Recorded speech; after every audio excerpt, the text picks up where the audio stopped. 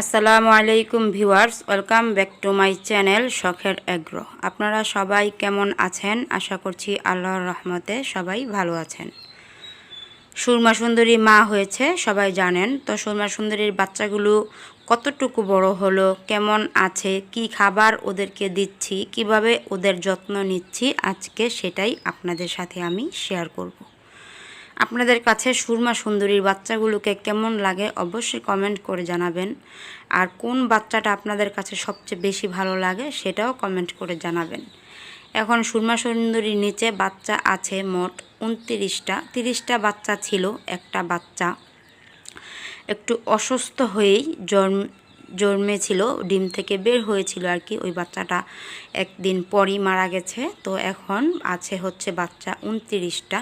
29টা বাচ্চাই সুস্থ আছে, ভালো আছে।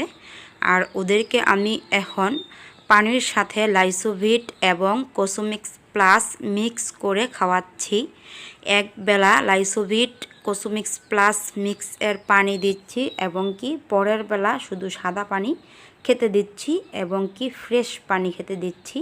ময়লা পানিটা ওদেরকে আমি খেতে দিই না, কেননা পানির পাত্র দিলে ওরা পানিতে পায়খানা করে দেয় বা ময়লা আবর্জনা বা খাবার ওটাতে ফেলে। ওই পানিটা আমি পাল্টিয়ে নতুন পানি দেই, ফ্রেশ পানি দেই, কেননা ময়লা পানি খেলে বাচ্চাগুলো অসুস্থ হয়ে যাবে।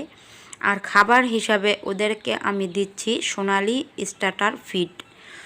সোনালি স্টার্টার ফিডটা বাচ্চাদের জন্য খুবই ভালো। বাচ্চা দ্রুত বড় হয়, বাচ্চার গ্রোথ ভালো হয় এবং বাচ্চাগুলো সুস্থ থাকে, অসুস্থ কম হয় গ্রোয়ার ফিড খাওয়ালে।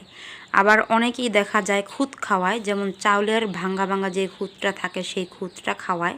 খুদটা খাওয়ালেও ভালো, কিন্তু তার খুদের চাইতেও ভালো হচ্ছে সোনালি স্টার্টার ফিড। তো আমি খুদ খেতে দেই না, আমি সোনালি স্টার্টার ফিডটাই খেতে দিই। খাবার খরচটা একটু বেশি পড়ে, কেননা সোনালি স্টার্টার ফিডের দাম বেশি আর খুদের দাম কম। তো আমি দাম বেশি গেলেও, খরচ বেশি গেলেও আমি ওদেরকে সুস্থ রাখার জন্য, ভালো রাখার জন্য সোনালি স্টার্টার ফিডটাই খেতে দিতে চেষ্টা করি। এবং কি এখনও সামনে দেখতে পাচ্ছেন সোনালি স্টার্টার ফিড দিয়ে রেখেছি ওদেরকে খাওয়ার জন্য। তো আমার মুরগির বাচ্চা পালার নিয়মকানুনগুলো আপনাদের কাছে কেমন লাগে অবশ্যই কমেন্ট করে জানাবেন। আর আপনারা কিভাবে মুরগির বাচ্চা পালন করেন, কোন খাবার দিচ্ছেন, কিভাবে পানি খেতে দিচ্ছেন অবশ্যই কমেন্ট করে জানাবেন। আমি মাঝে মধ্যে ওদেরকে লেবুর পানির সাথে হালকা একটু চিনি মিক্স করেও খেতে দিই, এটাও খুব ভালো। তো আজকের ভিডিওটা এখানে শেষ করছি। সবাই ভালো থাকবেন, সুস্থ থাকবেন। আসসালামু আলাইকুম রহমতুল্লাহ।